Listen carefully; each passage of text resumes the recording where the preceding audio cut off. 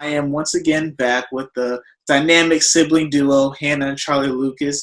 Thank you both for once again taking the time to hop on and do this interview with me. And so today, I just really want to say, wow, like the We Are Well prom was fantastic. It was amazing. Being able to chaperone that event was a highlight of my quarantine so far. So thank you for allowing me and Flawless to be a portion of that. It was awesome. It was well ran by the two of you.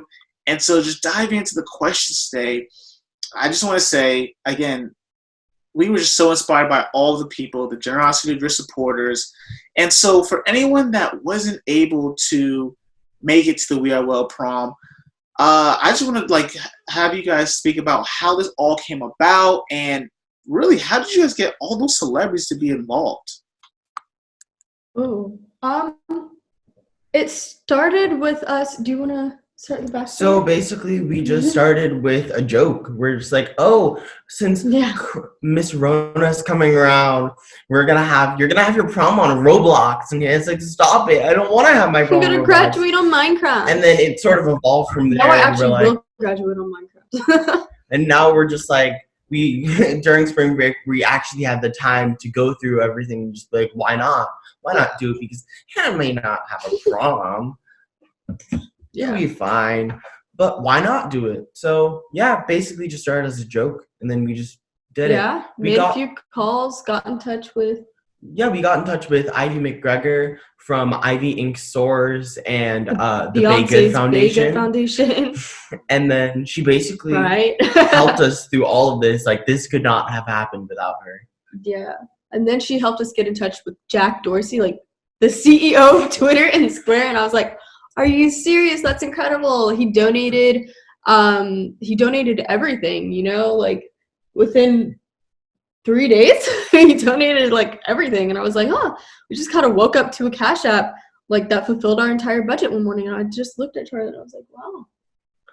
And then the next day, the Hot Topic Foundation decided to match that donation just out of the blue from nowhere. Yeah. And it was just amazing.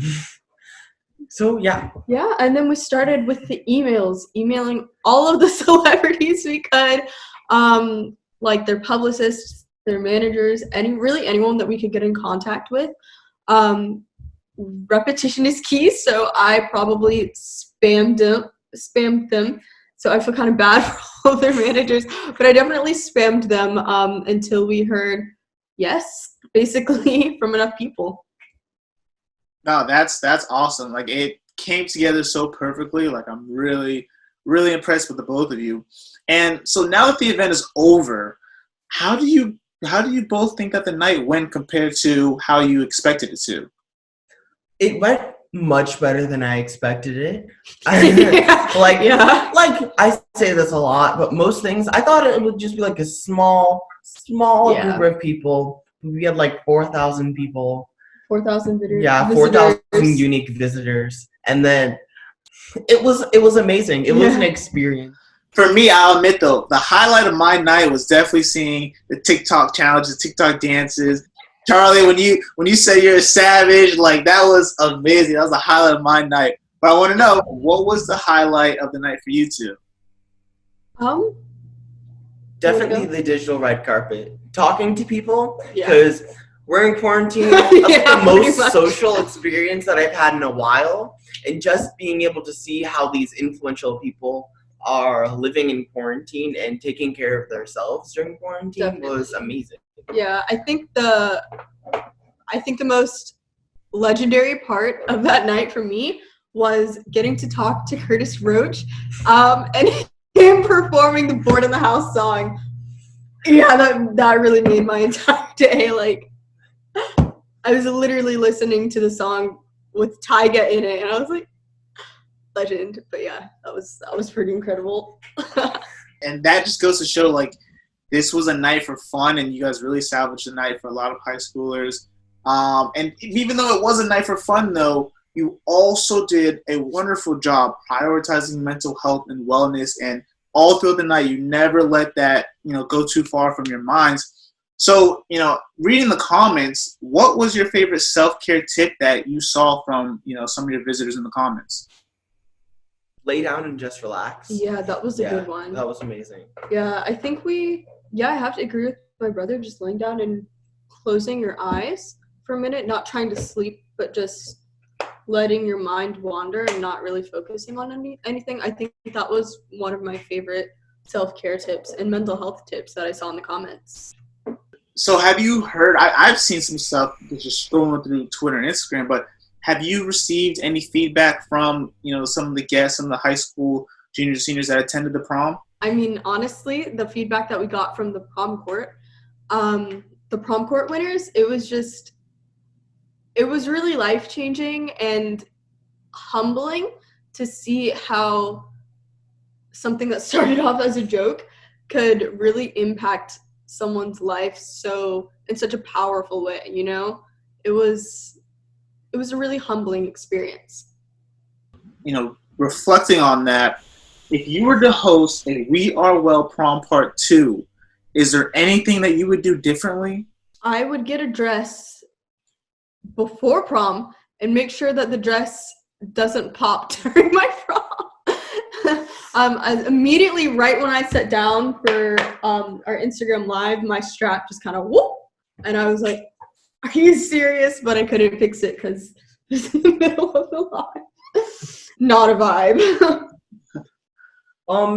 I would definitely test the Instagram lives before, because we had a bunch of technical difficulties at the beginning that I think we worked our way through. I'm going to assume that we did.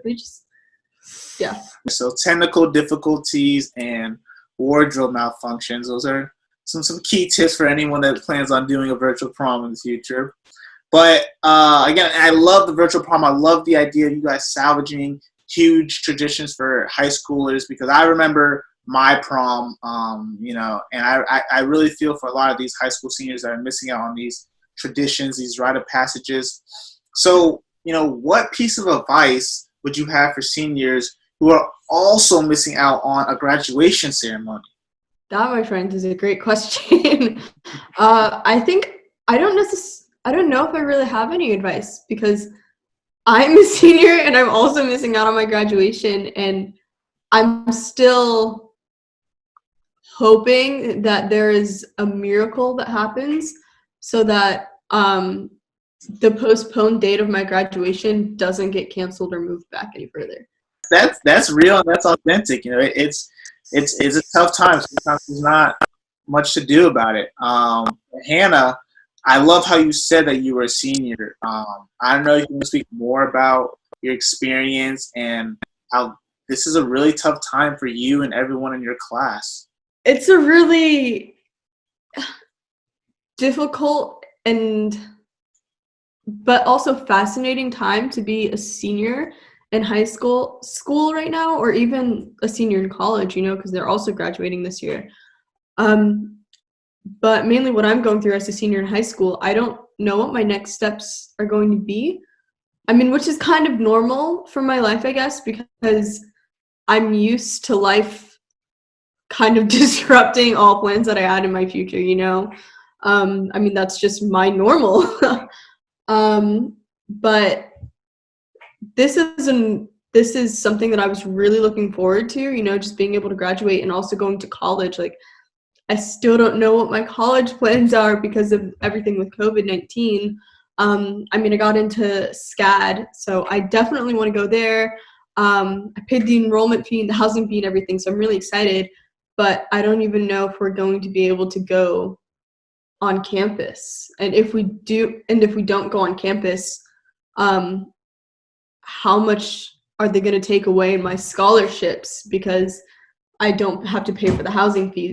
Things like that. It's like, what am I going to be able to do? What are my other options? It's just a lot to think about. First off, congratulations on your acceptance. Thank you. And, Charlie, what about you?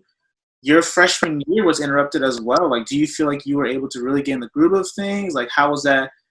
Hannah's experience is the end is being unfortunately stopped, but for you, the beginning was kind of interrupted. For my freshman year just being completely canceled and everything. Oh, just like the normal high school experience. I mean, honestly, it didn't really affect me because I already had that kind of cool high school experience. I already went into high school. I already made those friends and had those classes and took those labs. I already had that fun high school experience, and it wasn't really bad. Like, I had enough. And honestly, this quarantine really isn't affecting me that much because I would be quarantining myself right now because I'm an introvert.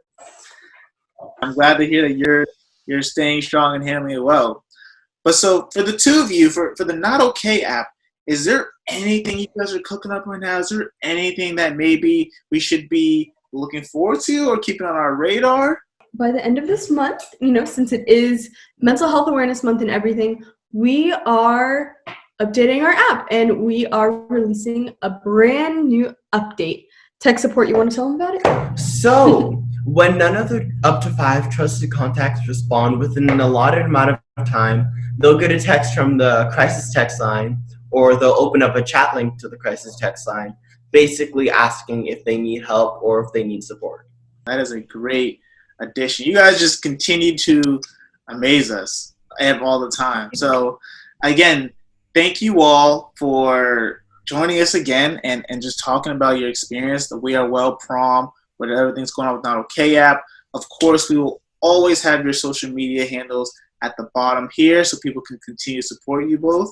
And again, thank you for sharing the time with us. Yeah, thank you for having us. Thank you so much for having us.